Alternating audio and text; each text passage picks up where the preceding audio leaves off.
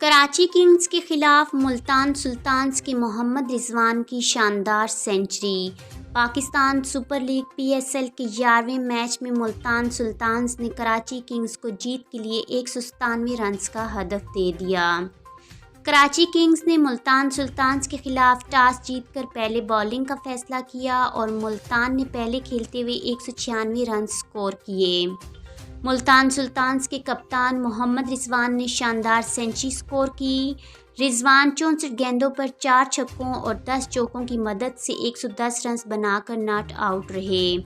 शान मसूद ने 51 और रेली रूसू ने 29 रन बनाए। मुल्तान सुल्तान्स ने मुकर्रर ओवर्स में 2 विकेटों के नुकसान पर 196 रन बनाए।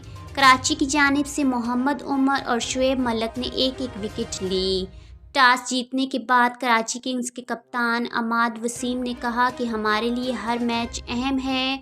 मुल्तान की बैटिंग अच्छी है, कोशिश करेंगे कि इन्हें कम से कम स्कोर करने दें। अमाद वसीम ने कहा है कि टीम में 4 तब्दीलियां की हैं। ख्याल रहे कि मुल्तान सुल्तान्स रवां सीज़न की टॉप टीम है। इसने 4 मैचेस खेले हैं और सिर्फ 1 में शिकस्त हुई है। कराची किंग्स ने भी 4 मैचेस खेले हैं जिनमें से इसे 3 में शिकस्त का सामना करना पड़ा है। आज के खबरनामे में बस इतना ही। अपना और अपने प्यारों का बहुत सारा ख्याल रखिएगा। मुझे दीजिए इजाज़त। अल्लाह हाफिज़।